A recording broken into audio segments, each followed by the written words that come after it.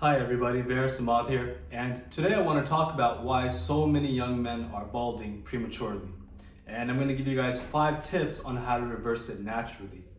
You see, I'm 30 years old now, but when I was 21, I was also suffering from hair loss. I had male pattern baldness start for me at that age.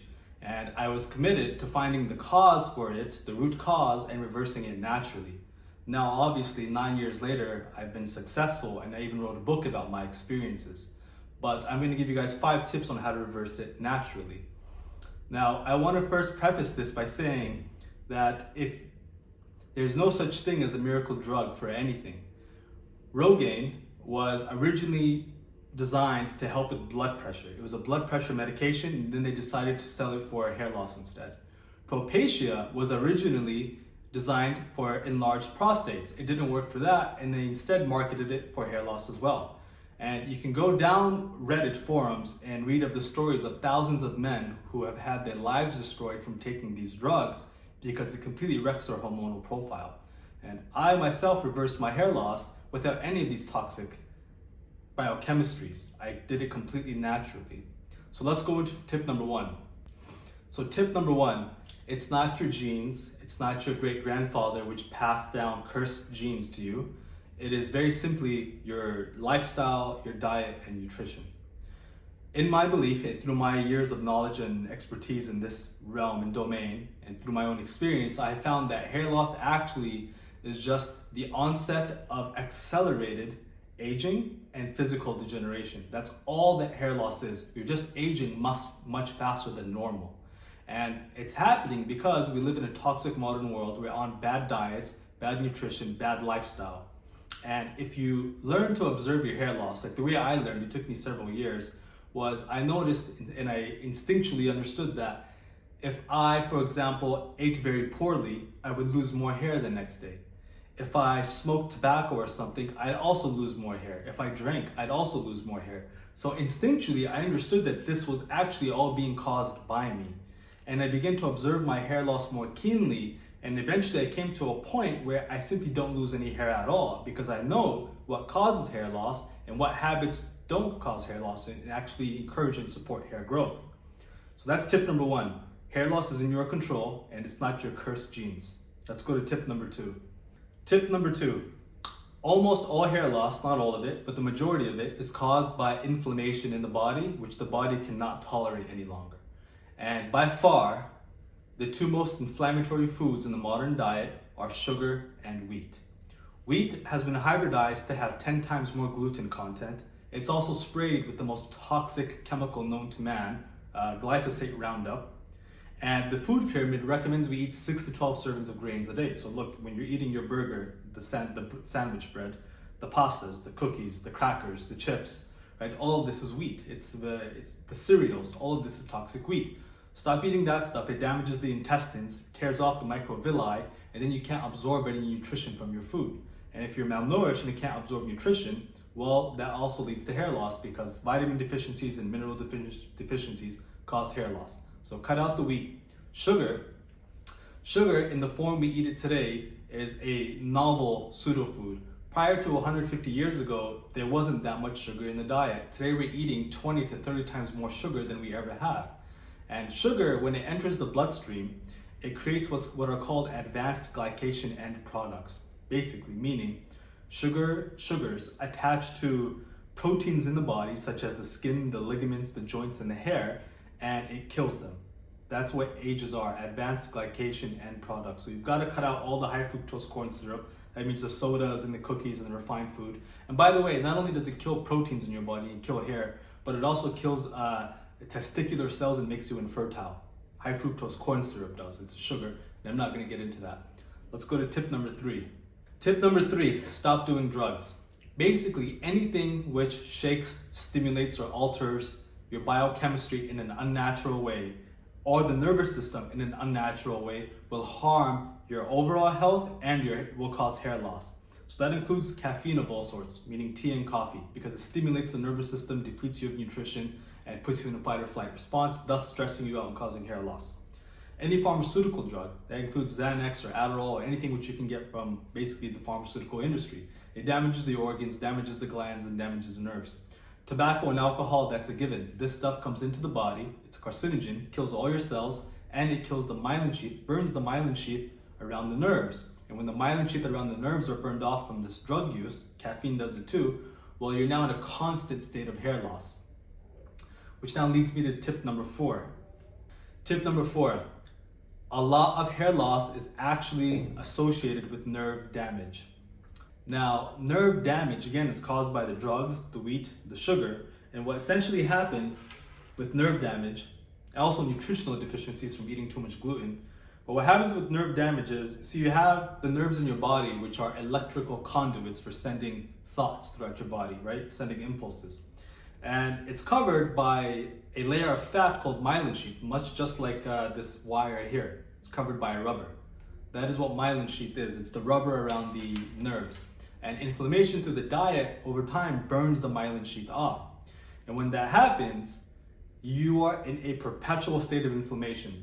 Not only is it going to lead to hair loss, but you have brain fog, leads to dementia, you have lethargy, fatigue, and all kinds of nervous system disorders. And I do believe strongly that the majority of the modern population has had their nerves damaged to one extent or another. And so what you need to do to help regenerate the nerves is there are very specific nutrients you need to take, which are completely missing from the modern diet and are almost impossible to absorb if you're already this deep into the process. The first one is B12. The only place you get B12 is from raw animal meat, raw eggs, or raw dairy, which have been pastured living on grasses. Nobody's eating that. So if you're not having any of that, you're not getting the B12. But even if you are already this deficient, and then you try obtaining the B12 from those aforementioned raw animal foods, you most likely won't digest and absorb the B12 because your stomach is damaged. There's something called intrinsic factor, which allows the stomach to absorb B12 from the foods.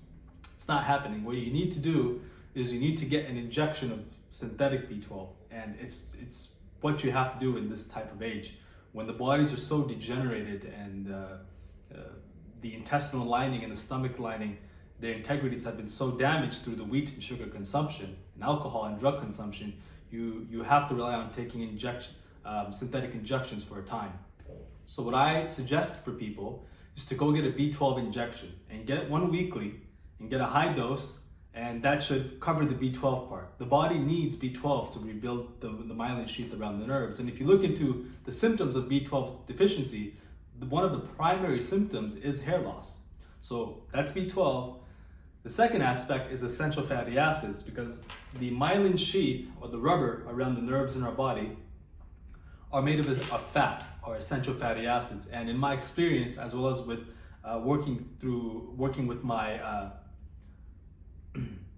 and so in my experience, as well as with the numerous people I have worked with through consultations, we have found that avocado oil, a high quality cold pressed avocado oil, is by far the best source of essential fatty acids for specifically regenerating the nerve tissue or the myelin sheath around the nerves. Tried raw eggs, raw butter, raw creams, pasteurized eggs, butter, and creams, or cooked eggs. Tried pumpkin, olive seed oil, chia seed oil, flaxseed oil, sunflower seed oil, but for some reason the avocado oils has a specific affinity for the nerves.